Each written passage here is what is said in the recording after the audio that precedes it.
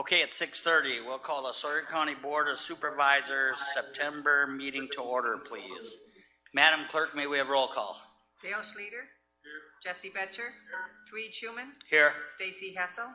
Jason Weaver. Here. Mark Helwig. Here. Tom Duffy. Here. Marshall Savitsky. Here. Brian Bissonette. Here. Michael Maestri. Here. Chris Rust. Here. John Righeimer. Here. Ron Kinsley. Ron Buckholz. Ed Peters. Full house. Awesome. Let the record indicate we have a quorum. Please rise for the Pledge of Allegiance. I pledge allegiance to the flag of the United States of America and to the republic for which it stands, one nation, under God, indivisible, with liberty and justice for all. Okay, Madam Clerk, certification of compliance with open meetings law, please. This meeting has been noticed to the public and news media as required by section 19.84 of the Wisconsin statutes.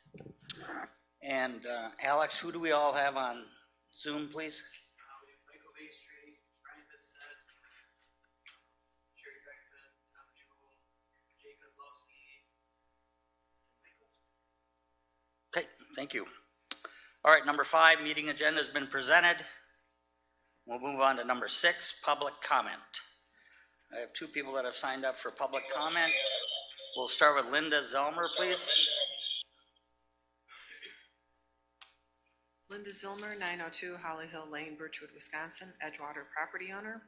And I'm going to address in public comments 3 agenda items, 10, 17, and 16, which is the way your proposed policy change is going to read going forward, that people will have to speak during public comment and can't speak on agenda items. And I think that's reasonable for county board, with the exception of if you have a rezoning and you might have an applicant and neighbors and that maybe you would want to recognize people then. But I think at a committee level, to keep the rules that you have in place now, because that's when people might first be hearing information and will want to either add to or correct what's being said. And so I would encourage the committee to please encourage the county board to keep committee participation, public comment available throughout the meeting, and not just worded as the discretion of the chair of the committee. The second item was about item number 10. I think that is a question that's worthy of going to referendum, because in the change of eliminating the coroner and creating the medical examiner, I don't know that the county has really looked at why it has not been successful in being able to get candidates to run for coroner. And a medical examiner, as I understood from committee discussion, reports to the sheriff's office. So you're taking away an elected double check position and putting it under a sheriff's position. And I think that's worth a public vote. And then finally, the last thing is Muni Code, which has been, I know, an item that Tom Hoff worked on when he started, and it's been going on for a long time. But under state statute 660103 parent 1, before you act a code of ordinance, a copy has to be available for public inspection not less than 2 weeks before it's enacted. Now, I know that the code is supposed to just represent ordinances that have been adopted up until a certain point, and that maybe there's some zoning ordinances that aren't in there that will be added later. But I think it warrants public attention. Minor changes were discovered at admin, and there has really been no full discussion, not even an agenda item in the zoning committee, and the bulk of the code of ordinances have to do with zoning. So I would please ask that you I'll put some kind of notice out for the public to have a chance to look over the draft and then set it for action in your next month. Thank you. Okay, thank you. All right, next I have a Kathy LaRue, please. State your name and address, ma'am. Kathy LaRue, 16201 Jolly Fisherman Road, Hayward. Need anything else? That's perfect. I'm from the Sawyer County Snowmobile and ATV Alliance. I'm not a good public speaker, so bear with me. I'm here to talk about a future agenda item, the Public Works ATV Ordinance Draft. First, a little bit about the Alliance. We are a nonprofit volunteer organization comprised of 10 different clubs. Each club is made up of business owners and community members. We hold a county contract to maintain the trail system. An estimated 140 club members donate well over 6,000 hours each year to help maintain the trails. In addition, our officers and committee members spend countless hours on management, accounting, fundraising, and promotion. Plus, we service the public by working on their route and trail requests and resolving complaints. Our volunteers are busier every year due to rapid ATV growth, and this is not going away. The county and townships would need to hire many people to provide the same public services that our volunteers are doing for free. We feel that our contributions to the trail system directly enhances the economic value that motorized sports brings to Sawyer County. Not only are we a stakeholder in this draft, we are one of the key stakeholders. Imagine it like a flow chart. At the very top would be Sawyer County, below that Public Works, below that would be the Highway Department, and below all of that would be the Alliance. Those 4 entities service all of our county residents. Below those would be all the townships and the reservation. Not that they're any less important, but if you remove a township or even a couple of them, nothing changes. But if you remove one of the top 4 entities, you're going to have a problem. The ordinance process, we feel, was handled backwards. We are named in the draft as a responsible party, but we're not made a partner in its development. We were not consulted or asked for our input, even though we are experts in the ATV field. Instead, it was drafted and sent out for review, and since we've been dealing with backlash, some town board members are using this as an opportunity to further their own personal agendas against motorized sports. One example, a town committee chair emailed this ordinance draft not once, but twice to a large non-motorized group, asking them to immediately comment to the Highway Department or Public Works Committee, and they're not even a stakeholder. We are disturbed by this, along with some other negative behaviors we've seen, and wonder if it will be allowed to influence the outcome of this ordinance. Okay, can you wrap it up, Kathy, please? Yep. This process has put the Alliance on the defense, and as a key stakeholder, we hope that our response will carry to this draft will carry the weight we deserve. We feel it deserves. That's it. Thank you. Thank you. Very well said. Okay, Alex, anybody online for public comment? Okay, thank you. All right, moving on to number 7, consider approval of our meeting minutes, August 18, 2022. Mr. Duffy. I so move. Okay, motion by Mr. Duffy, second by Mr. Hellwig, to approve our meeting minutes of August 18, 2022 as presented. Is there any further discussion? If not, all those in favor signify by saying aye. Aye. Opposed? Motion carries. Okay, number 8, Mr. Alvarado, we've got some appointments for the Sawyer County Board of Appeals and Sawyer County Housing Authority Board. Yes, the Sawyer County Board of Appeals are reappointments of the current members. These were forwarded from the zoning office, recommending appointment of the Laura Rusk as a member and Gordon Christians as the first alternate to 3-year terms. To the Sawyer County Board of, okay, Mr. Schleter, Mr. Buckholz. I'll make a motion to approve Laura Rusk, member, and Gordy Christensen as an alternate. Okay, and I've got a second by Mr. Schleter. Is there any further discussion? In discussion, Andy, these are 3-year terms? Correct. Okay.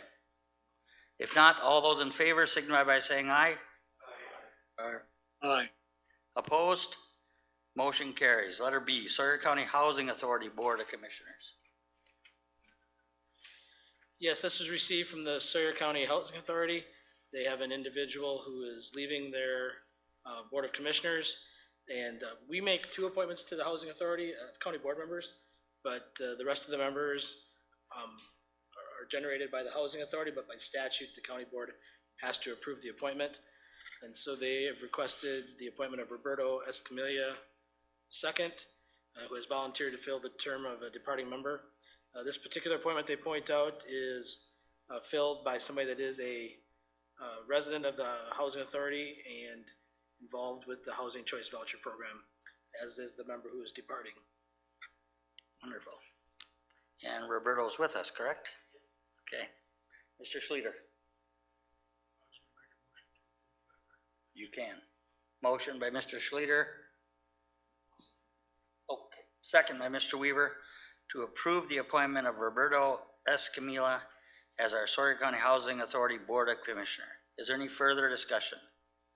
Yes, Ms. Hessel. Who draws up the draft for nomination? Like if you're a candidate, who draws that up? Is that the Housing Authority or is that our county board? The Housing Authority. Okay, thank you. Okay. Is there any further discussion on the motion? If not, all those in favor signify by saying aye. Aye. Opposed? Motion carries. Congrats, Roberto. Okay, number 9, Zoning Committee. Zoning Committee Chair Report. Mr. Betcher. Yes, Mr. Chairman, the zoning committee held its public hearing on August 19th. We had one rezone request application in which the committee unanimously recommends approval. We also held public hearings and voted on 3 conditional use permits, approving 2 and denying 1. Our next meeting is tomorrow morning, right here at 8:30. Pending your questions, I will turn it over to Mr. Kozlowski, who is with us virtually tonight. Okay, Jay? Yes, the first rezone case we have is rezone number 22-010, owner Terrence Pettit. This is located in the town of Winter, part of the southeast one quarter of the southeast one quarter, section 8, township 38 north, range 5 west, parcel 0325380844401. Property is zoned agricultural 1 and is 30 total acres. The request is to rezone 2.4 acres of the 30-acre parcel from agricultural 1 to RR2. The A1 zone district requirements would need a minimum of 5 acres. Thus, the zone district change is being requested. The Town of Winter's comprehensive plan map shows this area as being for future residential with a mixing of zone districts between Ag 1, residential recreational 2, and residential recreational 1 with similar uses occurring. The anticipated lot is shown as part of the attachments there in your packet. There were 4 opinion letters sent out to property owners within 300 feet. 1 was returned, no objections. Town Board approved the request on August 10th, and at the Sawyer County Zoning Committee public hearing on August 19th, 2022, it was recommended for approval to the County Board of a vote of 5-0. Okay, Mr. Kinsley. Motion by Mr. Kinsley to approve the resolution. Ms. Hessel? I think Ron was up first. Oh, I'm sorry. Mr. Buckholz. I'll second that Okay, motion. motion by Mr. Kinsley, second by Mr. Buckholz to approve the resolution rezone number 22-010. Is there any further discussion? If not, all those in favor signify by saying aye. Aye. Opposed? Motion carries. Mr. Betcher, do you have anything further, sir? No, that completes my report. Thank you. All right, number 10, Public Safety Committee Chair Report. Mr. Buckholz. Yeah, Mr. Chair, before I give my report, I would like to have the sheriff address the board so we can get an update on what's happening in the sheriff's department. Absolutely. Welcome, Sheriff. Good evening, Mr. Chairman and fellow board members. I did present before Public Safety and Finance some concerns and want to keep the full board in the loop as well as some further things have transpired. Our biggest concern right now is staffing. In the past, we've always had 3, 4, 5 part-timers in each division working part-time. And when there was a vacancy, we always had the ability to promote within from our part-time staff.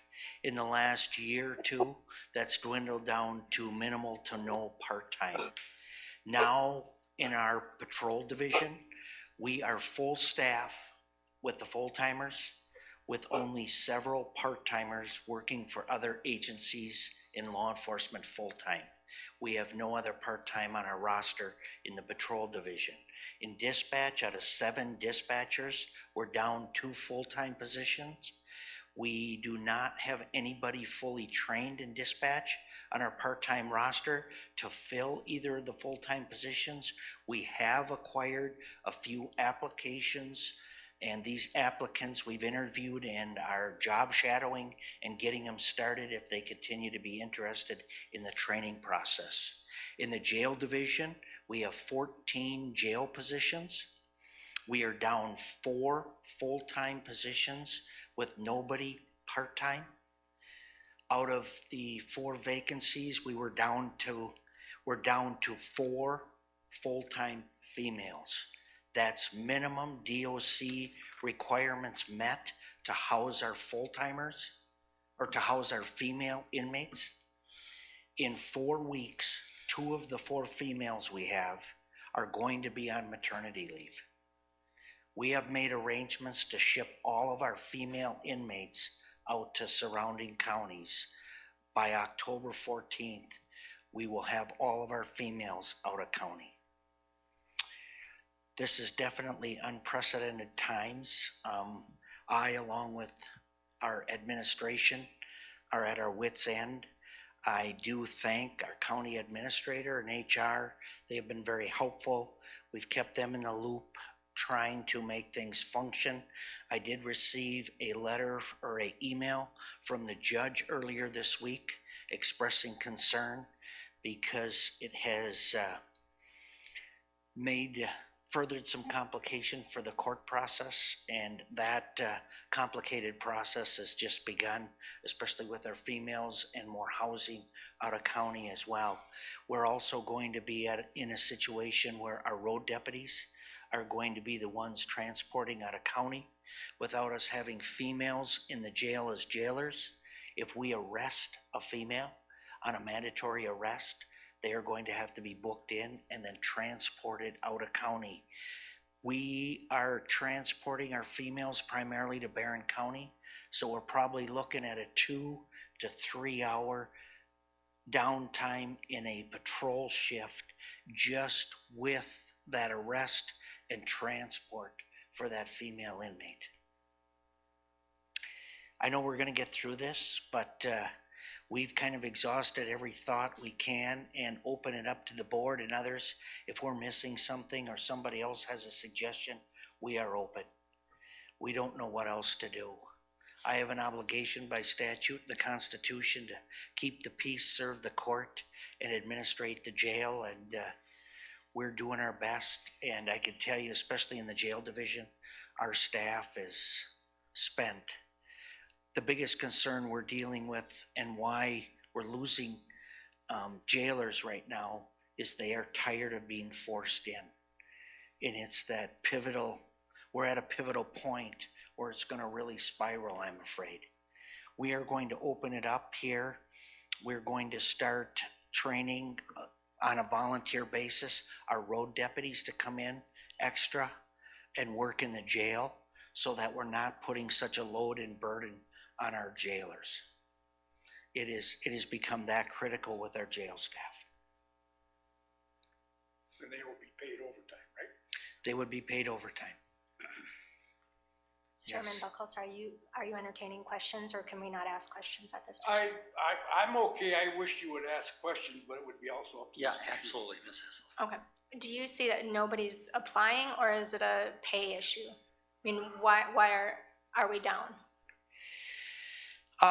It depends on who you ask what the issue is, and I encourage our administrator to chime in here. We've kept him in the loop, and he's as knowledgeable as anybody, and I know our finance director has been involved in this too.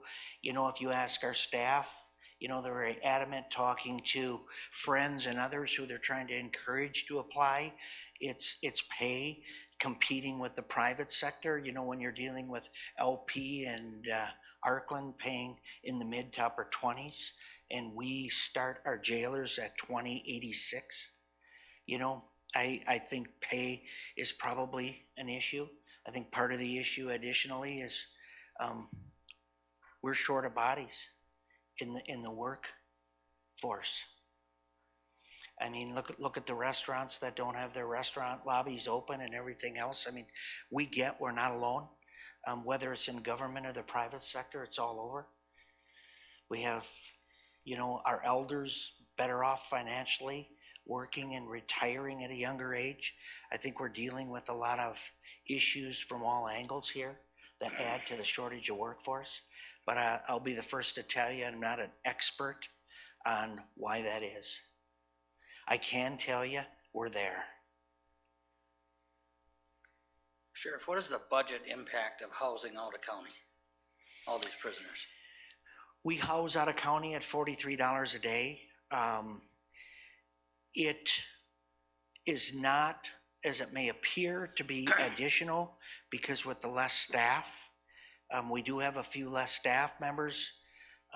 So it's probably going to be a budget impact, and I'm just guessing. I haven't studied that number. Do you want to comment? And I should say, up to this point, we've already been housing a fair number of inmates outside the county without being able to reduce the staff.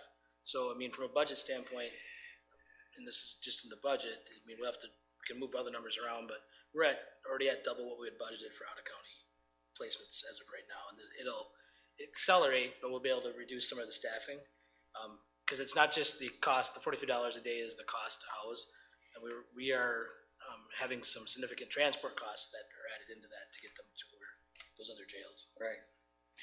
The other thing I'll add, we're doing our best to manage it on the other side. When we ship the females out, we are going to be able to ship more males, bring more males back into our facility. So it's not just an additional, right now we have 25 to 30 females consistently that we're going to house out of county. We hopefully will be able to bring 15, 20 males back. But it is going to be an increase in number that we have housed out of county. Sure. And then there's court dates you have to address, right? Court issues, and additionally, we met with Becky with Justice Point today. That's going to add another complication in that process. Working with Justice Point and dealing with our programs and everything else that involves. Diversion. Okay, thank you, Sheriff. Thank you. Thank you.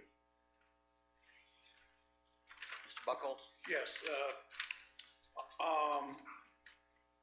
I know, Chief Sedera had a report where they are still 2 full-time positions short in dispatching, and,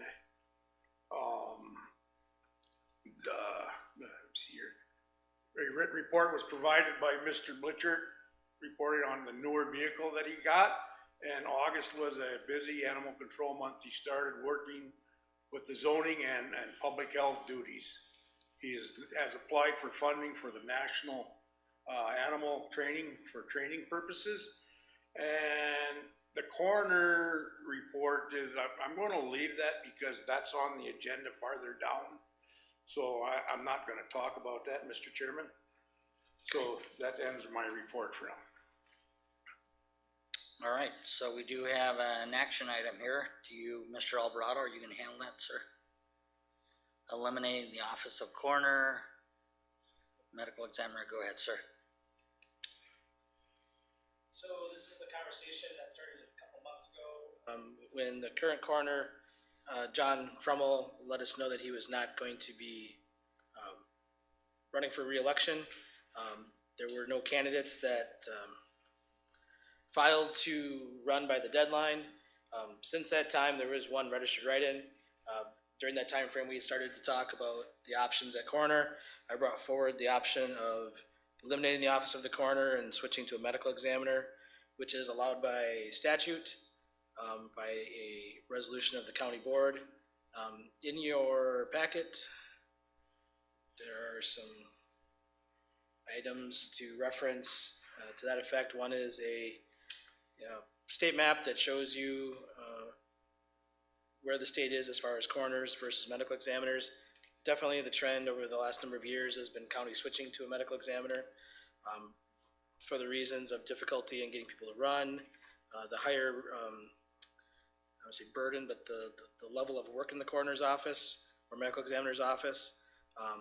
It gives the counties the ability to hire somebody for the position that is qualified, or it's a position, it's effectively another department head, but you can base your decision on who to hire based on their qualifications or capabilities of doing the job.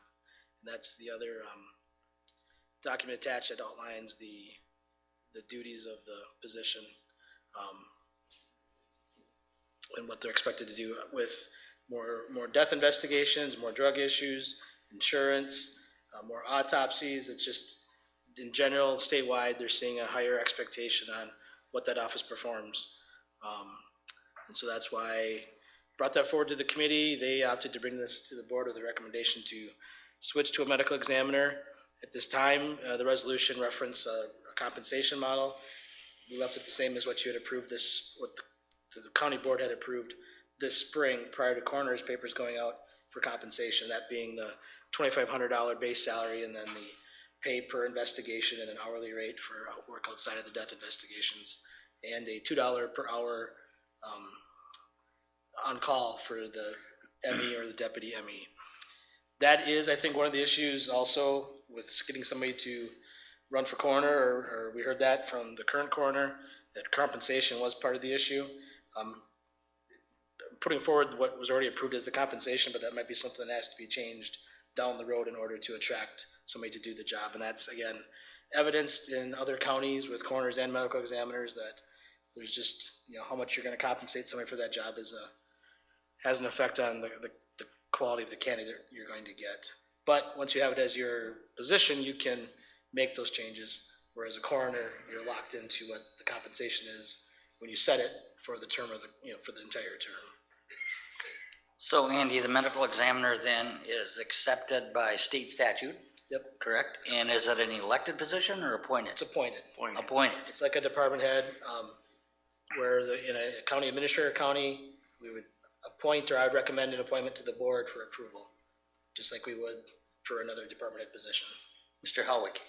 Is there any state assistance on the compensation? No, there is not. There is, I should point out, there's a recommendation or advising of the qualifications for the position, but there is no, you have to have this degree or have specific licensure to be a coroner or a medical examiner. Ms. Hessel. Were you finished? I'm sorry. Yeah, I'm sorry. Okay. When you were talking about, reference, have you talked to any of the funeral homes or the funeral directors to find out, what they prefer? I know that they have a working relationship, obviously, with the coroner, so I didn't know if that was a situation where we asked them their opinion. I have not. Okay. Mr. Duffy.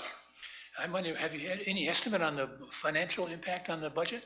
As of right now, we're approaching it with no impact, because it's the same, we're put forward the position with the same compensation as what we had set up for the coroner already. I'm not gonna sell this though on the fact that we're gonna be able to stick to that, or this will be a money savings. I honestly think if you were to keep it as a coroner, at some point you're gonna see the cost for that go up. If for nothing else, then there's more autopsy costs that are occurring. So the budget has already been going up for coroner because of that. Mr. Betcher. Yeah, Mr. Alvarado, I understand, statute allows us to do this, to get rid of the coroner and have an ME, but can we do that with a simple majority vote, or does it need to be a super majority? Simple majority vote as far as yeah. Okay, so Mr. Buckholz, we have a resolution in front of us, correct, which is an action item? But I want to add to what Mr. Alvarado was saying, that we had the input from our coroner now on the position of coroner or medical examiner, and I believe he was suggesting that we go to the medical examiner. Is that right, Andy? That's correct. So Mr. Buckholz, Public Safety then approved this resolution and moved it on to the full county board. Full Ms. county Hessel. board. Mr. Buckholz, can you explain why he suggested the change of coroner to medical examiner? Andy could probably explain that better. I think it was in part it's become more complex, and the duties are a little more, and I think the compensation, the time involved to do these cases, he felt it'd be better as a medical examiner. Okay, so pleasure of the board here. We have a resolution to eliminate the elective office of coroner and create a medical examiner position. Looking for a motion to approve. Okay, Mr. Weaver? Motion by Mr. Weaver to approve, Mr. Schleter. Second by Mr. Schleter. Is there any further discussion? Can I request can I request a roll call vote on this? You can. Okay, is there any further discussion on the motion? Mr. Helwig? Now, the medical examiner, will they be doing autopsies or? They would- We'll still be having to send over to Minneapolis? Yeah, they will still be sent out. They would order their autopsy. They would not perform the autopsy. And is there more duties involved with the medical examiner than the coroner? What was that? Are there more duties involved? From a practical standpoint, no, they're nearly identical. There are some things in the statute that are applied to the coroner, like the coroner in the absence of the sheriff is the sheriff. So that's in the statute. That would not go with the medical examiner. Okay, Mr. Bissonette or Mr. Maestri, do you have anything to add? No, I'm good. No, I don't. Okay. All right, so we got a motion by Mr. Weaver, second by Mr. Schleter to approve the resolution to eliminate the elective office of coroner and create a medical examiner position. And we have a roll call vote requested. So if there's no further discussion, Madam Clerk. Mr. Savitsky? Yes. Mr. Maestri? Approve. Mr. Righeimer? Yes. Mr. Kinsley? Yes. Mr. Buckholz? Yes. Mr. Weaver? Yes. Mr. Helwig? Mr. Schuman? Yes. Ms. Hessel? Yes. Mr. Schleter? Yes. Mr. Betcher? Yes. Mr. Duffy? Wait. Oh, okay, Mr. Betcher? Good. Okay. Let me. Mr. Batcher votes no. Okay, let me. Mr. Duffy, yes, catch up. correct? Okay. You got that, madam? Yep, and Mr. Duffy voted yes, correct? Correct. Okay, Mr. Rusk? Yes. Mr. Bissonette? Yes. And Mr. Peters? Yes. Okay, one Okay. nay. Motion carries. Thank you. And let's see, anything else then, Mr. Buckholz, from Public Safety? No. Thank you. And thank you, Sheriff, for that comment, sir. Okay, moving on then to number 11, Public Works Committee Chair Report. Mr. Kinsley. Thank you, Mr. Chairman. Maintenance Department is doing a good job. They constantly are meeting with Myron, keep things rolling forward. I think they do a nice job. Out at the airport, it's been busy. They're still finishing up their remodeling, and they're starting to get contracts for snow plowing that's coming up. The Highway Department's still out trying to mow the roadsides. We're shorthanded, so it's not all getting done. And the ATV, UTV routes ordinance is coming up in October. Everybody's welcome to make contributions to our administrator or our highway commissioner. They're open for suggestions. We don't know that it's gonna be finalized in October, but it's gonna be on the agenda for October. And Mr. Kinsley, does our ATV Snowmobile Alliance report to Public Works? Yes, they do. When there's things there, yes. Got it. Okay. They also. Ms. Hessel. Economic development, so we hear. Sorry, thank you. They also report to economic development, so do we hear that then in October before it goes to Public Works? You meet before us in October, so I guess it'll be yes. Okay, thank you. Great. And courtroom remodel, we meet bi-weekly, and the contingency still at around 300,000, so we're doing quite well. And they're making progress. They're hoping to have the building enclosed by snowfall, and at some point we'll set up a tour to go through the building prior to a county board meeting to take a look. Wonderful. Okay, any questions? Yes. Ms. Hessel. Was it voted in Public Works to move the Veterans Office and the other offices from the county over to 63? Or Oasis. to that building? I was just wondering why it didn't come to a full board vote. I believe that's this administration decision to do that kind of stuff. We were abreast of it. We knew that was going on at Public Works. Oh, okay. Okay, anything else for Public Works and Mr. Kinsley? Mr. Bissonette or Mr. Maestri? Nope, okay. No, I don't. All right, thank you, Mr. Kinsley. Moving on to number 12, Land, Water, Forest Resource Committee. Mr. Betcher. Yes, Mr. Chairman, the committee held its monthly meeting on Wednesday, September 7th. Timber sales are back on track with several new sales in August. Timber sale value on contract that's yet uncut is at around $4.9 million. Some county land sales will now be featured on the Wisconsin online auction, reaching a bigger audience and potentially higher prices. The DNR has identified that Callahan Lake Dam is in need of repairs, so we will be hearing about that more in the future. Okay. We went in the closed session twice, but no action was taken. And then the Trail Alliance purchased more trail counters and is pursuing options for additional trailside picnic areas and restrooms. And there was some discussion regarding the tribal governing board's discordant ambitions to restrict the ATV and UTV access on tribal lands. Pending your questions, that completes my report. Any discussion, Mr. Betcher, and carbon credits? It was brought up briefly that we are going to have it on the agenda for October. So I can add, though, if it seems like there has been a slight delay, it's because we are reaching out to other vendors, so we weren't just sole sourcing with Blue Source, and that will be discussed. But it looks like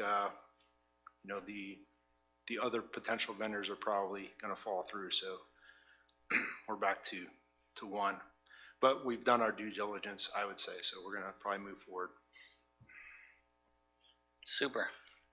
Anything for Mr. Betcher and Land Water? Okay, if not, number 13, Health and Human Services Board Chair Report. Mr. Schluter. Thank you. We had the Health and Human Services Board on September 6th of this month. We received reports from all of from the administration, as well as the departments inside Health and Human Services. Discussion regarding Sawyer County Resource Center.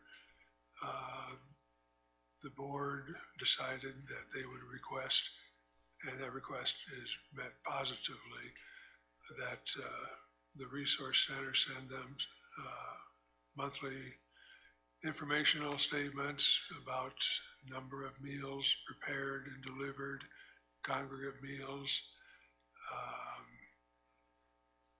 cost of those meals, average donation income for those meals per month, so that the Health and Human Services Board can also keep track of what's going on and learn more about it. In addition to that, we have a resolution to consider here, designating an intoxicated driver assessment facility to do those assessments. I'm going to turn it over to Andy now. Yeah.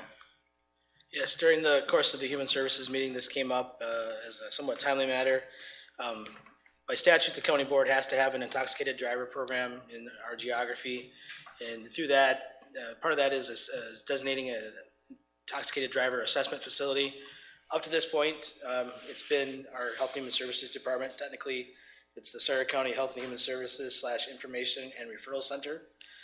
They've been the designated assessment facility.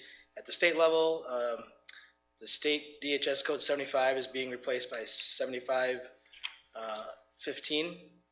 They're updating the code, and the certification that we were operating under is no longer eligible, so we'll have to be recertified under 7515.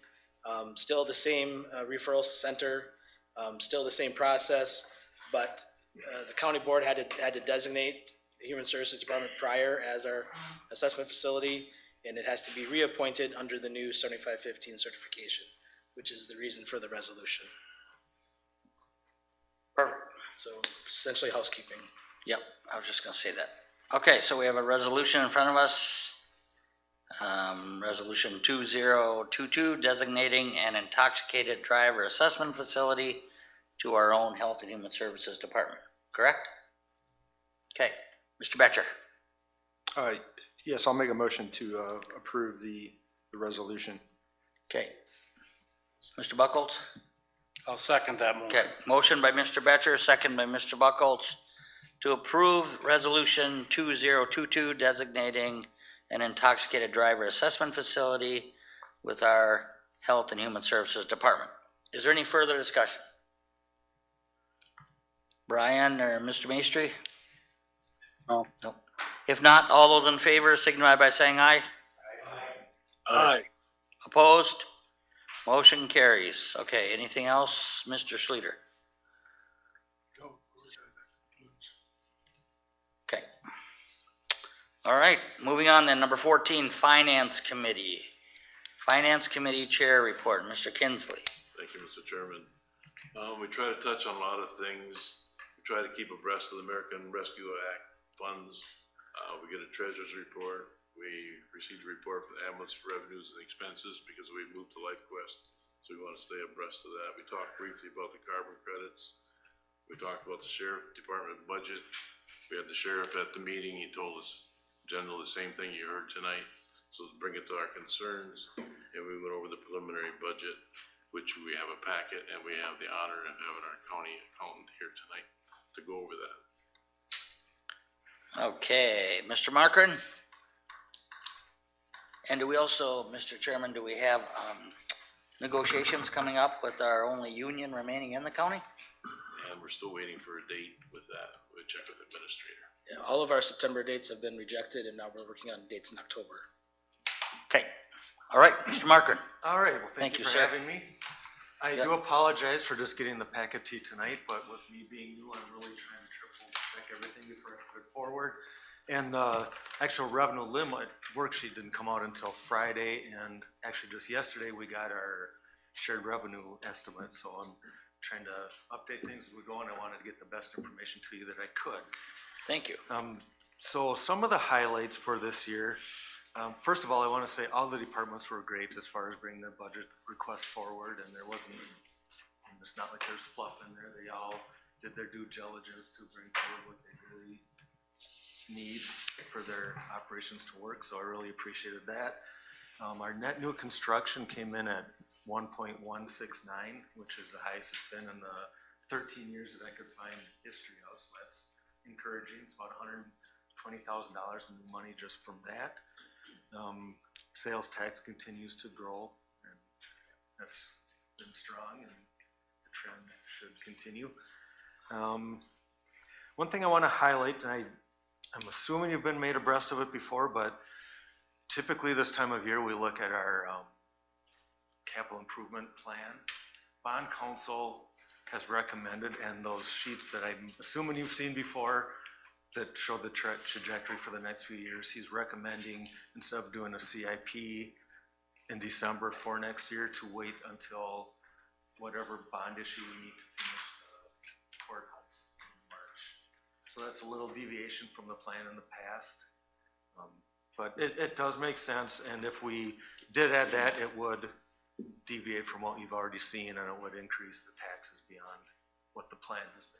So it would require change to do that. There are 6 levy limit exemptions. First one, bridge culvert construction repair. We've always used that one. Countywide EMS, we've used that in the past.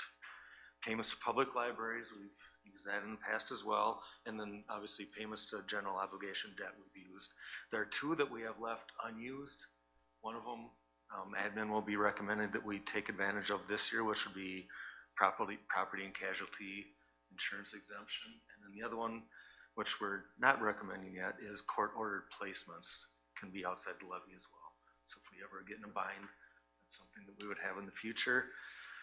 As a point of reference, our general fund balance is just under 8 million as of December 31st of 21. The board policy says to keep between 20 and 30% of general fund expenditures. As you can see by the numbers there, we're well above that. Any questions so far? I have a question. Oh, I'm sorry, yes. Sure, question. Mr. Rick, Thank you. On the exemptions to the levy, how does that come about? Like, so for instance, the library is getting more than, how does that, they request it, or how does that, why, I guess is the question. Well, even the statutory amount for libraries is above the levy limit worksheet. So that part's already above. Anything you choose to give above that would also be above that as well. And that amount is, how much is it above? Is it 78,000? Am I reading that right? It's coming up. Yeah, maybe. I do. I can touch on it briefly. Anything that's outside of the county, we're paying the statutory amount. The LCO, we're paying the statutory. The only two that we're going above are the one in Hayward in town here and the Winter Library. Winter, their statutory amount is under 2,000. It's 1997, and we're giving them over 78,000 is what they're requesting. We did 75 last year, and then the Hayward Library is statutorily would be about 121,000.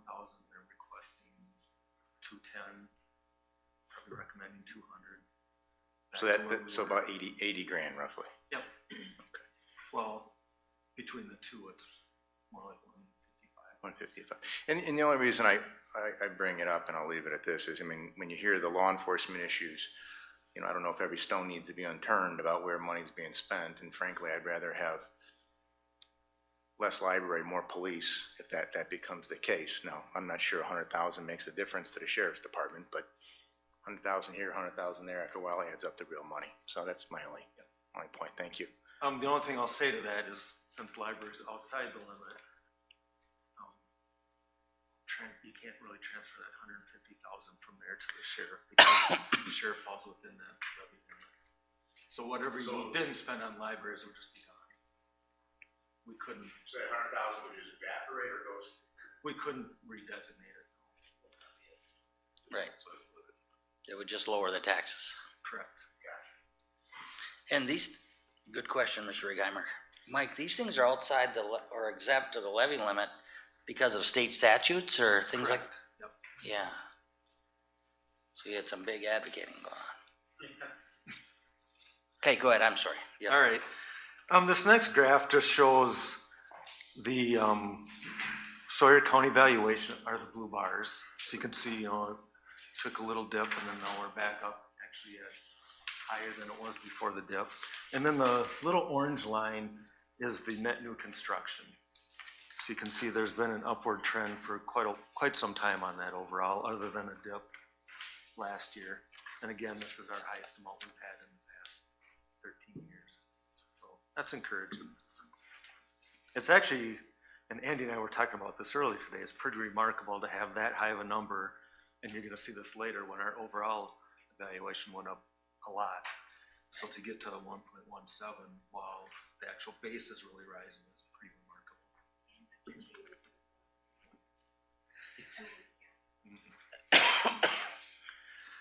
All right, so highlighting some of the budget requests, you can see we did make quite an adjustment to our emergency services. That was after some study of area counties and that we weren't quite keeping up. We did move a half-time custodian to full-time, and then there are some budget requests to clean up some maintenance items that haven't been kept up, so just a little increase in budget there. Same with information technology. There are some upgrades to systems as well as some of our security. You hear about hackers a lot. This would help discourage that, or if it happened, we would be able to catch it better. And then the sheriff's budget is asking for some increases too, which you can see laid out there. So it's probably more than we've seen in the past. This is my first year, but I don't think that's probably the amount you've seen typically in the past. So the next page shows what the fund balance draw would need to be. Like, the revenues I've gone through over and over, and those are, I feel, pretty close to what the final numbers will be. The expense side is what we're still working on as an admin team to see what we can do. But if we did nothing right now, the fund balance draw needed would be 2.2 million. This year's budget, you have, I believe, just under 1.3 or 1.4 million for a draw. We're not going to need that. Revenues are up from budget. We typically try to budget revenues conservatively, and I don't want to say worst case scenario on expenses, but you know, definitely on the higher end, then so that we don't come up short. So between those two, we're not going to draw near that 1.4, and the hope would be whatever we decide for this year would be the same situation.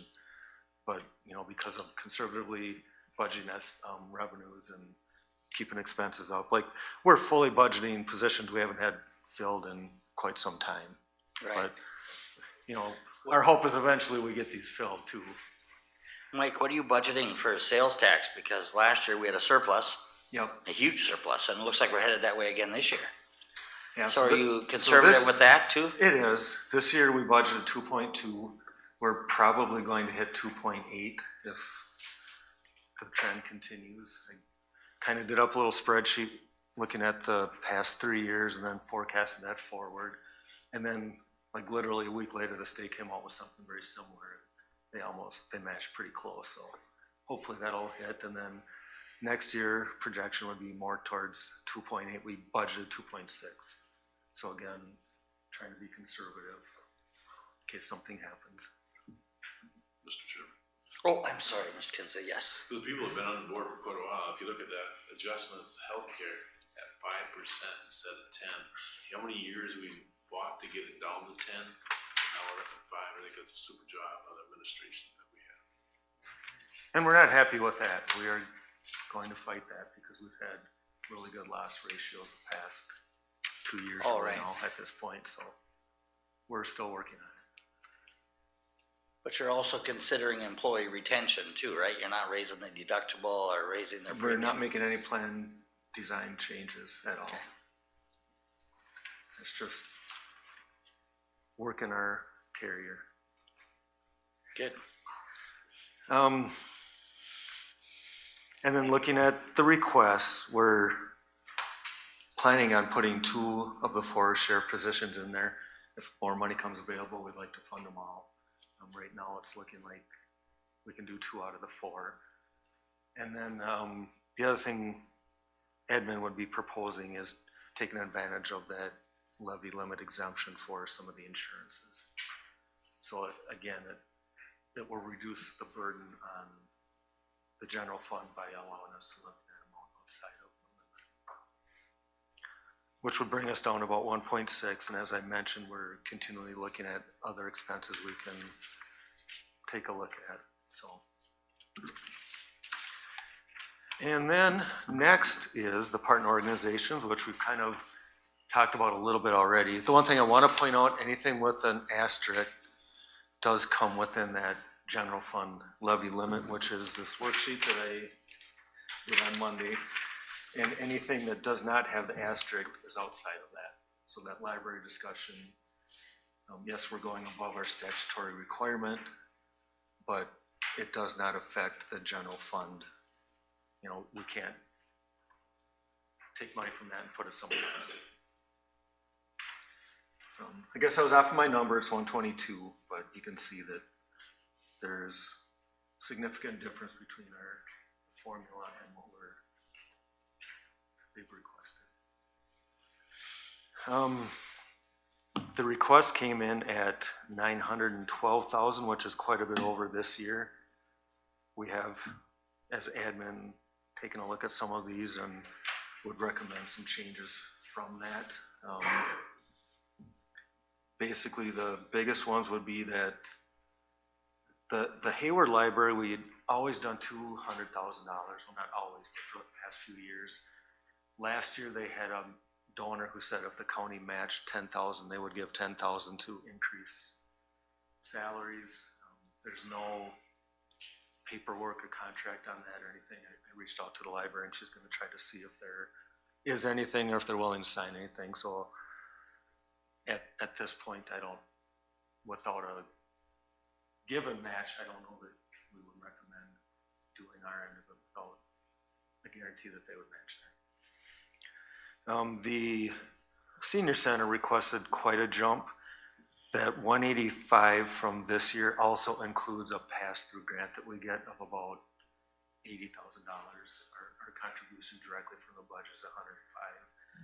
So they requested to go up to 226. A lot of that is due to, if you've gone to the grocery store, you know, it costs more to pay for stuff than it used to a year ago.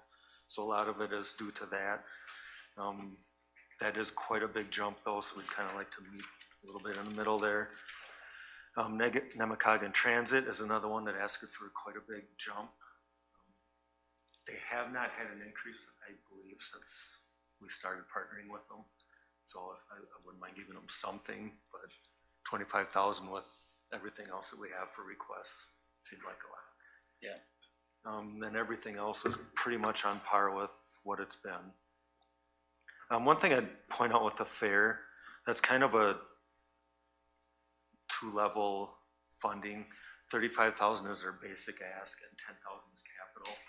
They have not turned in receipts for capital in 2 or 3 years.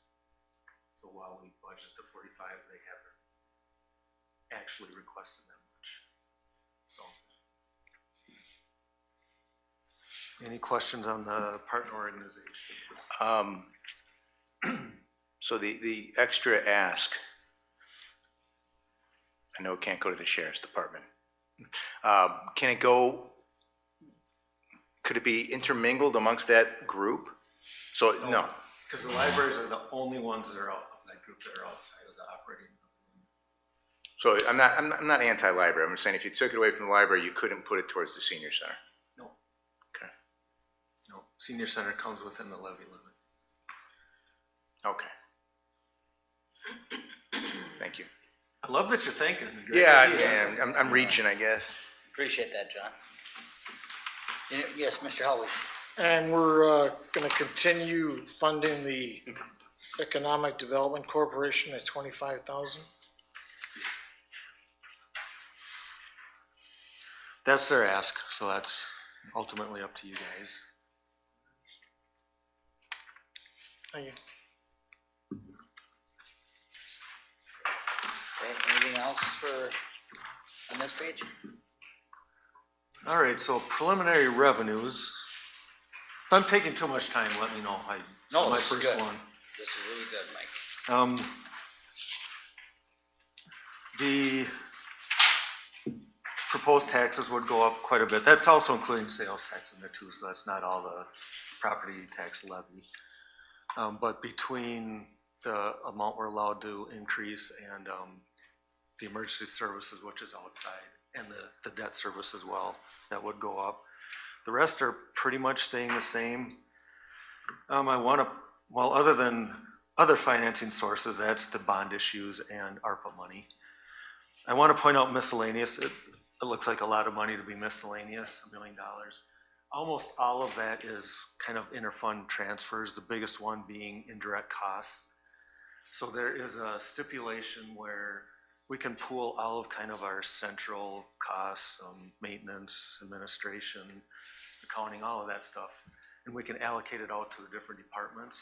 And the reason we do that is we can get grant money from HHS, we can levy it with ambulance, and we can get grant money with child support. So we'd be leaving money on the table to not do that indirect allocation, so that's why we do that. So it's an artificial revenue really, because we're charging them to those, but then we also give them the offsetting revenue. So that's why that's there. Mike, is the opioid money part of this revenue stream? I don't have it in there yet, Okay. but yes, it will be. Because we've gotten one payment, right, of 20-some have, thousand, yep. and another one coming, Andy? They're anticipating nothing before then. Before the end of the year? Yeah. Okay. I haven't put it in yet because of, we haven't really decided if we're gonna take the lump sum or take the Got it. payments, but we'll have to make a decision pretty quick, I suppose. Well, although it's just the budget. It's not that it locks us in either. So no, that part is not in there yet. On the expenditure side, this is the request, so it's a big number. We haven't made any of the adjustments of what we would or wouldn't recommend. So that's all of the, oh, next slide. Yeah. Sorry about that. There you go.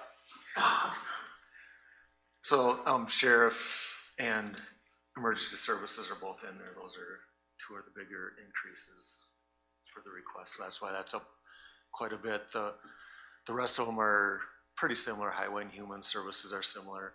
Debt service is up because now we are paying for the courthouse bond issue. Our first payments will come next year. The capital would be that second issue if we chose to do it for the courthouse, and then other includes the ARPA money. So one thing you're gonna notice when we look at revenues versus expenditures, there's a deficit this year. And that is because we issued the bonds last year for the courthouse, but half the construction or more is going to actually be in 23. So there are two ways to do it. You can actually do a fund balance transfer into 2023. I think that artificially inflates revenues when you look at it year to year. So I'm hoping you guys are okay with over the course of the 2 years, it's gonna kind of level out. So that's how I've always done it before with bond issues in my school life. So when you look at it over the course of the construction, it all evens out, but it'll look funny for a couple of years when the expenses don't follow the revenues. And then the operating tax levy, which is actually the revenue limit worksheet. Just quickly take you through that. The general fund, health and human services, and highway department are basic, and actually those littler ones are basically that 1.17 increase that we're allowed. And then the debt service is increasing for the payments, and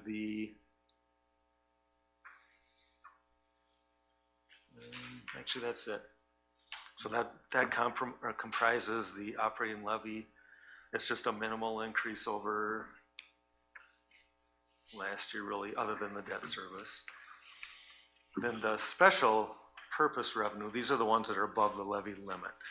So you see, again, you're gonna see all the libraries, you're gonna see emergency services, both their operating and their capital, which would be every year we purchase new ambulance and equip it. That's what that is. And again, the bridge aid that we talked about. This was kind of a plug figure. Our final number is actually really close. It's $99,645. So it's about $355 less than what was budgeted. And then I plugged in the property and casualty insurance to come up with the levy. And then the valuation, you can see, went up quite a bit. The levy rate will actually decrease. What we would propose will be 3.15. If the board decided not to do that exemption for the insurance, it would go down to 310. So it'll be 5 cents per thousand to take advantage of that exemption. Huge. Mike, where does the money come from for the dam repair that Mr. Betcher's mentioning? Don't you have a dam that needs repair? Yes, and that comes in the capital improvement plan. So that wouldn't be in the levy limit exemptions, because you have bridge and culvert construction repair. We can't add dams in there as well? No, the bridge and culverts are a statutory thing. We are able to do the dam repairs through capital improvement and issuing debt. So it's an exemption that way, but it's a different kind of exemption.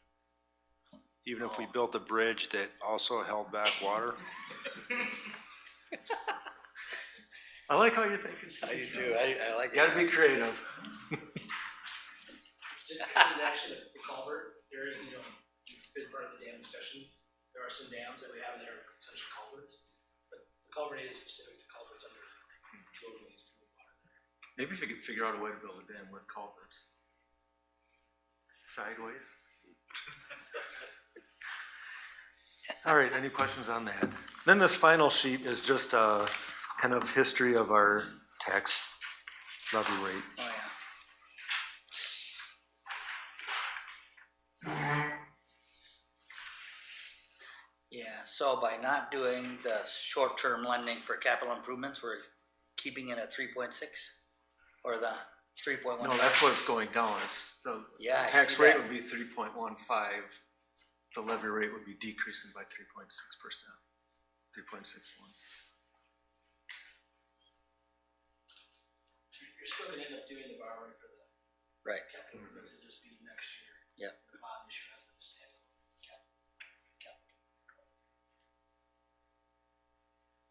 All right, any final questions? No? I have Anybody? one. I'm sorry. So on the Yes. 2023 operating tax level, you said, pretty much everything went up. I think you said like 2 or 3%. And I noticed everything is going up for 2023 except land and water conservation is actually going down considerably, over $12,000 from 58,000 to 46,000. Do you know why that is? No, that, they enter their own budget. So I don't know if they're doing fewer projects, but that's what they requested. Mike, Mr. Schluter had a question here. Yes. Hayward Lakes, I see you left that request the same. But they brought in a lot more money last year than the year before that for their room tax revenue. Why can't we lower that? They have promised us, it's a long history. And they had. I have a short history with it though. Okay. But at one time, they had actually promised us if we gave them this amount and this amount, then they wouldn't need to come to us again. That's gone by the wayside because the board voted differently to go ahead and fund them. But I'm still curious, did you look at their financial I did, statements? yep. And how much did their revenue increase over the last budget? Yeah, I mean, I believe they're getting about 200,000 from the room tax. And Oh, what was it, what was the revenue the year before? I'd have to look that up. Those revenues have been greatly increasing because more of the townships signed on to the room tax rate. And I don't think they need that 50,000 this year. And again, it's only 50,000, but like has been said, 50,000 here and 50,000 there. It all adds up. okay, Mr. Helwig. I just wanna go right along the same lines there that, wasn't it 60,000 their room tax last year, something like that? Well, So, it was more than that. was it more than that? What the misunderstanding was shortly after the budget was approved, they got a big chunk of money. Right. So it wasn't, I know, there was quite a few actually of us, and I think I was one of them that fought for more money, but if their revenue is going up as much as it is, I agree, maybe cut that in half. Put that up there, please. Um, The slide we're talking about. Are you asking? It's the Okay. operating levy slide. Oh, Or no, not that one. You went too far. There we go. There, okay. All right, Ms. Hessel. with all due respect, he's just presenting what was given to him. This is his first year, so like you talking about history and talking about last year, they presented the information. We were all emailed that information to look at. So I don't think that this is the time or place to Well, get I into think that. it is, Ms. Hessel. We're in It is. discussion over the It budget, certainly so. is. But this is a preliminary, and you're asking him questions And we about things that discussed he's not all even here for. and we'd already discussed other organizations. So I And don't see why supervisors this can is ask any questions. different. Well, I'm just stating that with all due respect to him, he's just presenting what they, but you were, in my opinion, you were telling him your disagreement with what he's presenting, but he's just presenting what they supplied to him as a request. So he has no opinion with it, he's just presenting what's supplied. I Which is fine. never intended to That's okay, you can adjust Mike, disrespect. sir. No, none taken. Mike, I Okay. never intended to disrespect you. No. Just asking questions. Yeah. Absolutely. And I kind of resent the implication. Okay, Mr. Alvarado? Yeah, I'll come just back to you. when Mike's prepared the budget and we've taken in those requests, I don't want to lead anyone to believe that we just put in there what they gave us either. I mean, we've gone through all the requests, looked at their budget, also looked at the track record for those organizations as to how the votes at the budget meeting have gone to kind of get a feel for what the board has done in the past. And, so it's kind of a balancing act, but I think we do want to hear what the board has to say about some of these. I mean, some of the departments, we've jockeyed with them or questioned some of their expenditures and adjusted their numbers. As Mike pointed out when he went through the partner organizations, the library asked for 210, we put it at 200 because that 10, we learned that the 10,000 last year was added on as part of the matching grant that may not be available this year. Same thing with Namakogon Transit. They requested 175. We actually started with 175, and I think Mike put it down to 155 after taking a closer look. And potentially, if they want to explain the need for additional matching funds, we would reconsider that. But we're putting together a preliminary document. You'll get a kind of our version of it to do what you want with at the public hearing next month. Yeah. But Yeah, what is the timeline, Mike, for the budget then? I know we have a public hearing in October? Mm-hmm. Okay, And we'll have to publish the budget as it is early October to get it in the paper for 2 weeks before the hearing. There can still be changes after that, and then the final budget becomes yours, and then I have to publish that by December 15th. okay. So can we put the budget on all the committee agendas then, coming up in October? Mhm. This will be their shot at it, and bring to finance in October, right? And to the public hearing? Okay. Ron had his light on. Ron, did you have more, sir? No, if everybody's done it, I just want to commend these two gentlemen for doing an absolutely Yeah, fantastic job of putting amen. this together. In their first year, Mike's only been here since July, and Andy's doesn't have a whole year yet. I think they did a wonderful job. Very Right. minimal questions they've brought to me. I think they did a good job of digging in. Thank you. I would agree. Okay, anything else? Mike, do you want to add anything else? I mean, That's all I've got. oh, I'm for sorry. tonight. That's okay. Ms. Hessel. I just had a question. So can you remind the new board members how the county is funded? It's on sales tax and property tax, correct? I mean, how are we funded? We get several grants as well. Okay. But if our sales tax increases, that's a good thing. That means more tourists are here. That means that there's more local spending. So that it's a good thing. It means there's more local spending, yes. Yeah, okay. I don't want to say it's all tourism, but obviously Hayward's a touristic area, so a lot of it is. Super. All right, anything else for Mike or Andy or Mr. Kinsley with the Finance Committee? Nope. Brian or Mr. Maestri, do you have anything you want to add? No, not at this time, I don't. Okay, Not at this time either. okay. Thank you, All right, Mr. Marker. Appreciate it. Mr. Kinsley, do you have anything else, sir? Thank you. All right, number 15, Economic Development, UW Extension, Chair Report. Mr. Duffy. Thank you, Mr. Chairman. We met on September 6th, and I have a short report. We first of all heard from Hayward Lakes Visitor and Convention Bureau. They gave us a summer recap. They said the social media is very active this summer. They've got a fall website, color tour reports, and they're now running that, and they update that twice each week. So that's pretty active. We heard from the libraries, both the Winter and the Hayward Library. And the Hayward Library has received a gift of a large sculpture of a bear and a Native American boy that will be installed in the future. We then reviewed the board policy and procedural manual, and with fewer changes, that was approved. We heard from the Motorized Trail Committee. They've purchased 3 trail counters. I have now a total of 6. We're trying to restart the Bicycle Trail Committee, trying to find some board members that would get and want to be involved with that. Then next weekend is the Berkey Trail Run. There are 7 events, and the half marathon is the national championship. So there'll be a big crowd for that. And that, Mr. Chairman, completes my report. Mr. Duffy, what's going on this weekend for a bike race today? Bike race, yeah, that's going to be, well, you run that number of times. There's a Schwamigan running from Hayward up to Cable, and the numbers are the same. I think there's, I don't know how many there are. The Berkey's not running that, but 2,800. And they start on the main street and go to finish in Cable. Thank you. Yep. Those are big events for Hayward and Cable and, the Surrey County for sure. I'm sure Okay.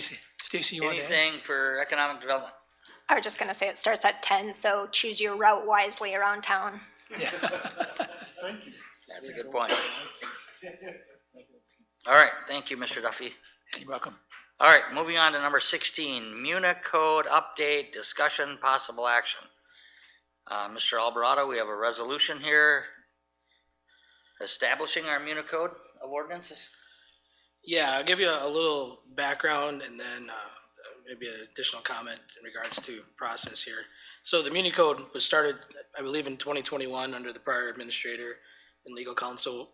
When I started, it had not been adopted yet, and so the administrator and the attorney that had reviewed it are both not with the county or not with the firm anymore. So we essentially started over and reviewing it, making sure that all the adopted ordinances that are already in place were included, format was all right.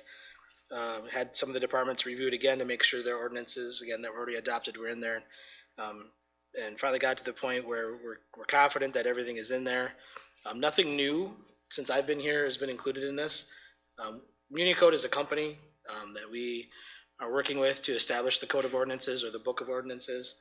And then as the board approves new ordinances, they get sent to MuniCode for publication and inclusion in the big document and online. So we've not been sending them any updates until we had the initial version completed.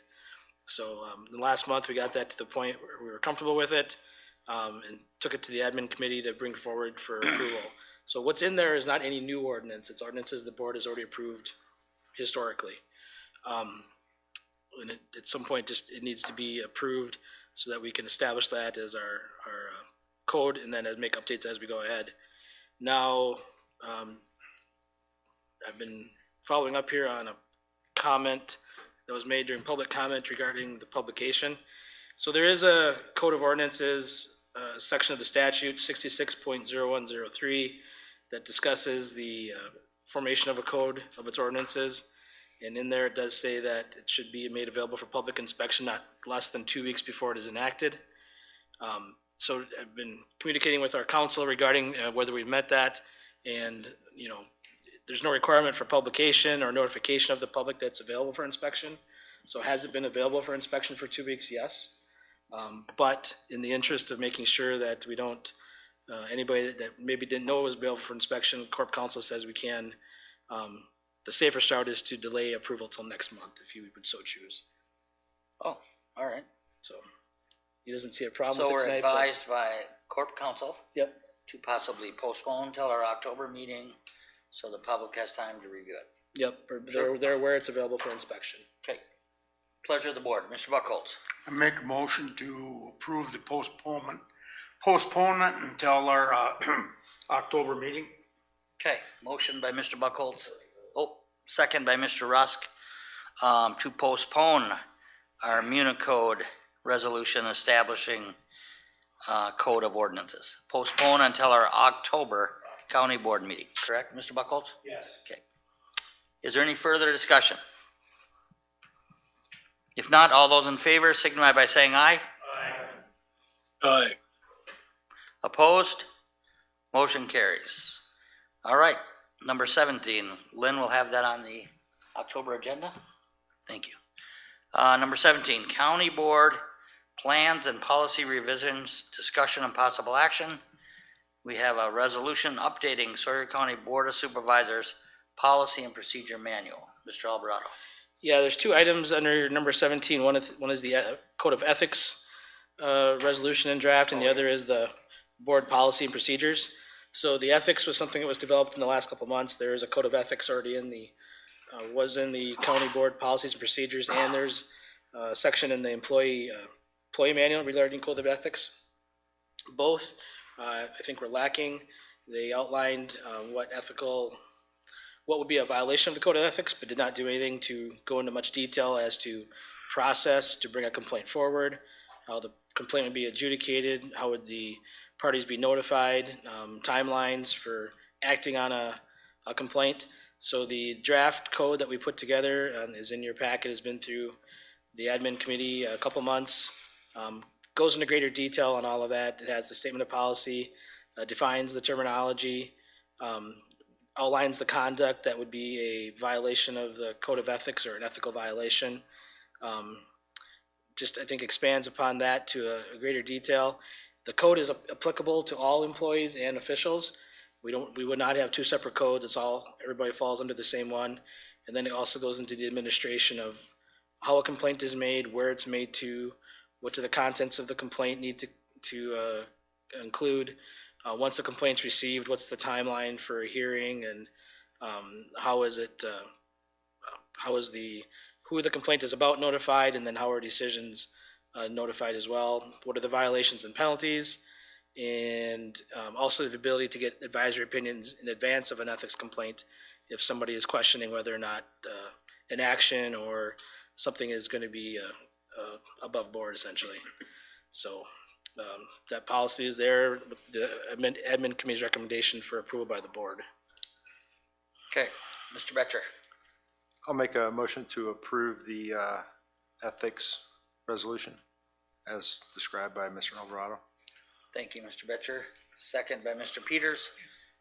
Motion by Mr. Betcher, second by Mr. Peters to approve the resolution 2022 adopting our code of ethics procedure.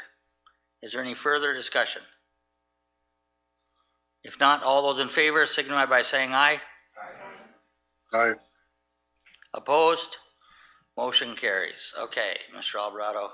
Now the resolution updating the Sawyer County Board of Supervisors Policy and Procedure Manual. Yep. Similarly, this, I guess, started back when the organizational meeting was held in April for the county board. There were some things that came up where we looked at the policy manual, and there were some things that were not accurate or unclear. And so we started to make those updates, and then it snowballed from there, looking at some additional language.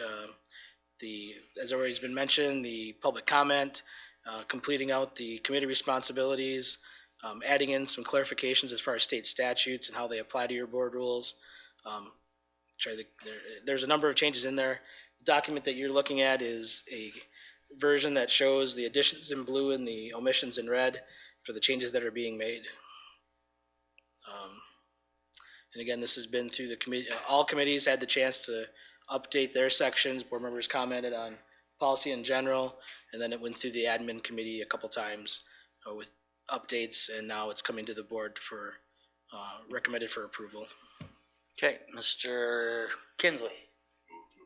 Okay, Mr. Duffy. Motion by Mr. Kinsley, second by Mr. Duffy to approve the resolution updating Sawyer County Board of Supervisors Policy and Procedure Manual. In discussion, Mr. Betcher. Yeah, so I read through this, and there's a few errors still, or maybe things that can be clarified. So I don't know if, I'm just concerned that if we vote and approve this, then it's going to be more difficult to change that in the future. It's going to have to go through an amendment process with a whole nother resolution just to change like a typo. And then, there is. You can amend it on the floor right now if you want. So simple typo. Before I do that, let me ask a question. So currently there's an amendment/addition log that annotates every amendment since 2016. So tonight, if this gets approved, you're talking about over a dozen amendments or changes. Will each of those have to be listed, or will there just be one bullet point saying on this day that, an amendment was made to? Yeah, due to I think the level of additions, we'll probably summarize them, not have each of them highlighted. So then I'm a little bit, I'm not sure how to proceed then with an amendment to this resolution if there's several, and a couple of them, like I said, are just, wording. So maybe I should just focus on the one that I am most concerned with. So, Mr. Chairman, do I need to state that? I got a motion and a second on the floor, but you can make an amendment, and we would vote on that first. And I have to say what the amendment is? You should, yep. Can I talk about what it is first instead of? Sure. You have the floor. So on February 18th, 2021, we made an amendment to Rule 113, which talks about if a vacancy occurs on the board, and there was an amendment introduced and passed that changed that. And some history with that is, at the time, 20% of our board was appointed. They were not elected. And one of those members served for 18 or 19 months as an appointed position in what is otherwise an elected position. So there was an amendment made or a resolution passed that changed that, that said that that position, if it becomes vacant, cannot be in abeyance for indefinite periods. So we put 30 days on it. And so I see here it's been changed arbitrarily to 90 days. So there's potential that that position could be open for 3 months.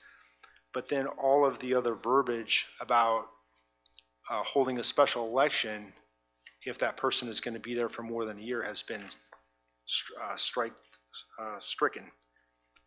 So the concern is, if right after the election, like this past April, right after the election, if one of the members would have died or resigned or moved, and then a new person is appointed there, they would be in that elected position as an appointed supervisor for 2 years.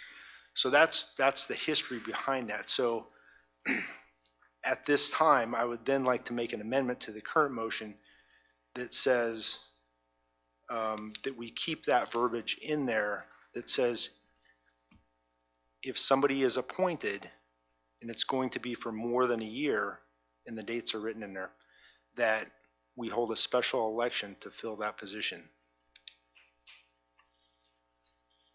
Okay, I got a motion on the floor, an amendment to the original motion to approve.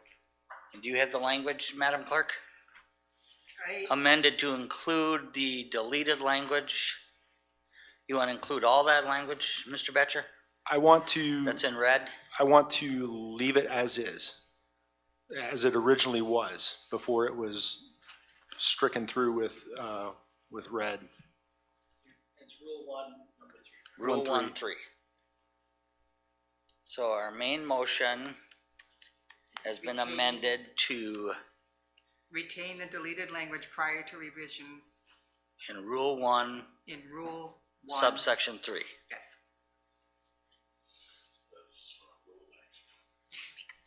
Okay. Okay, I got a motion on the floor. I need a second. Shall we? Second.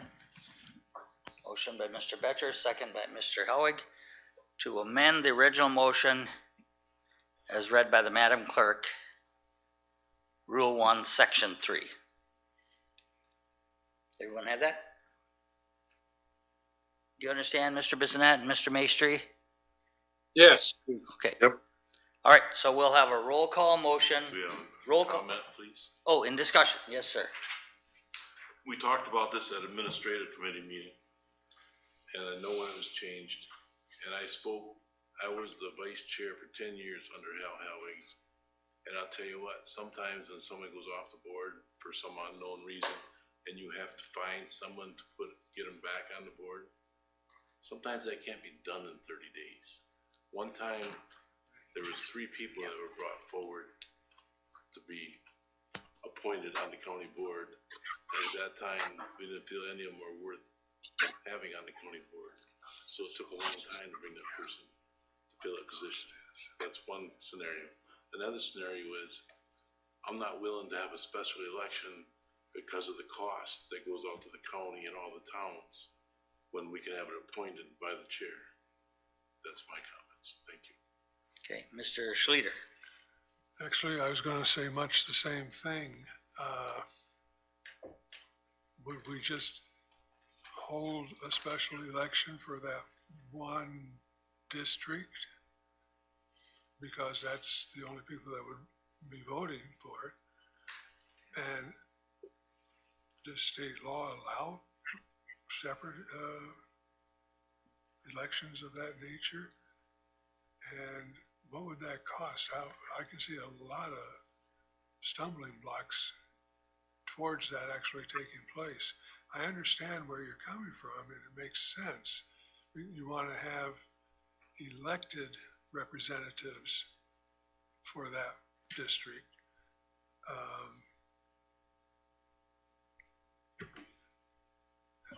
Thank you.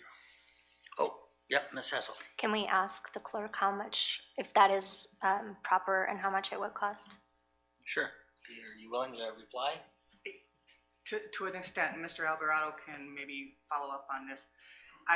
Would it be possible then that during that circumstance, it goes on the next available election? Because there's likely up to 4 elections a year. So I don't see a reason for a special election. I think we'd just go on the next February, April, August, or November election. So I don't see an additional cost. Okay. And Mr. Alvarado, Do you is care that to comment? correct? I honestly don't, I mean, there'd be minimal cost, like she said, if it's held with the next election. As far as a special election, I don't know what the cost would be. Okay. I can anticipate for a special election, if you held it in between those, it would be with one municipality, and there would be programming fees and ballot fees and notifications. So I would say maybe, I'm guessing at $2,000. Yes. That's true, that's true. It's multiple townships, right? Yes. Some districts. All right, Mr. Bissonette or Mr. Maestri, we are in discussion of the motion to amend. Any discussion? Before we move to a roll call vote? Go ahead. Okay. All right, Madam Clerk, roll call vote, and I might have you repeat the Okay. motion, please, to amend. Mr. Betcher made a motion to amend the original motion and retain the deleted language prior to the revision in Rule 1.3. That's it. Everybody understand? Okay, roll call vote, Madam Clerk. Mr. Savitsky, Yes. Mr. Maestri, Yes. Mr. Righeimer, Yes. Mr. Kinsley. No. Mr. Buckholz, No. Mr. Betcher, Yes. Mr. Schuman, No. Mr. Schleter, No. Ms. Hessel, Yes. Mr. Weaver, No. Mr. Helwig, Yes. Mr. Duffy. No. Mr. Bissonette, No. Mr. Peters, No. Mr. Mace, sorry about that, Mr. I think I've got it. Mr. Rusk. No. Failed. Failed. Okay, motion failed. So now we'll go back to the original motion. Now help me, who did this? Mr. Kinsley moved. And Mr. Duffy second. The original motion to approve the resolution updating Sawyer County Board Supervisors Policy and Procedure Manual. Is there any discussion with the motion? Mr. Betcher. Yes, Mr. Chairman. I don't know if this requires an amendment or not, but if, with your permission, I'd like to point out that in Rule 1, under board members, there's a little bit of possible ambiguity and confusion in that it says board members shall serve a 2-year term beginning and expiring at the convening of the organizational meeting on a third Tuesday in April. And then it says, goes on to say, with the term expiring as provided by law. So I'm just wondering why it says it begins and expires at the convening of the meeting, but then further down it says it expires with the term as provided by law. There could be ambiguity because I don't understand what it's saying. You want to comment, Mr. Alvarado? Yeah, I believe when the language is added at the end with the term expiring is provided by law, that should have required a deletion of and expiring in the first line. So then my question is, that makes sense. Now there's no ambiguity if the word expiring is stricken out of the first part. My question is, does that simple strike through or change require an amendment, Mr. Chairman? Could the motion makers add that edit? Mr. Kinsley and Mr. Duff? Okay. Would you second that with the edit Mr. Betcher pointed out and Mr. Alvarado explained? Could you repeat the Strike and expiring out of Rule 1, Number 2, and expiring? in the first sentence. Good. Okay, so the motion makers have added that edit that Madam Clerk has just explained. And then, with your permission, Mr. Chair, if we could potentially do the same thing with a typo in Rule 3, Section 3, where it uses the word case, C-A-S-E, which I believe is supposed to be cast, in referring to casting a vote. Rule 3, Section 3, Rule 3, Section 3, organizational meeting. votes cast. See that edit? Mr. Kinsley, you good with that edit? Good catch. You got that, Madam Clerk? Yes. Rule 3, subsection 3. Instead of votes case, votes cast. Okay, so those two edits. Anything else, Mr. Betcher? That's very good. Okay, so I have a motion by Mr. Kinsley, second by Mr. Duffy to approve the resolution. I'll find it here. Updating Sawyer County Board of Supervisors Policy and Procedure Manual with those edits shared by Mr. Betcher. Is there any further discussion? If not, all those in favor signify by saying aye. Aye. Opposed? Motion carries. Okay, number 18, County Administrator's Report. Just, Mr. Alvarado. Before I get to the report, I want to make one comment about the ethics policy and the board policies. So we wanted to get these done and approved by the board as policies. Discussing this with the corp council and a little bit with the committee, our intent would probably, it's going to be to bring these back once we get the Muni Code adopted, so that you can consider these for becoming ordinance as well. Not all policies of the county need to be ordinances, but these policies go directly to your home rule that you're organized under. And then if you look at the Muni Code in Chapter 2, it has the self-organization. It's pretty minimal. So there's a number of counties that take their board policies that we've just approved and codify them as an ordinance. So it requires some renumbering to fit in the ordinance. But now that these are adopted as policy, you're operating under them. We'll bring these back as a proposed ordinance for you to consider doing that. Not required or have to, but good policy or good, that way they're transparent, they're made public, and then they're part of the ordinance that's enforceable, so. Thank you, sir.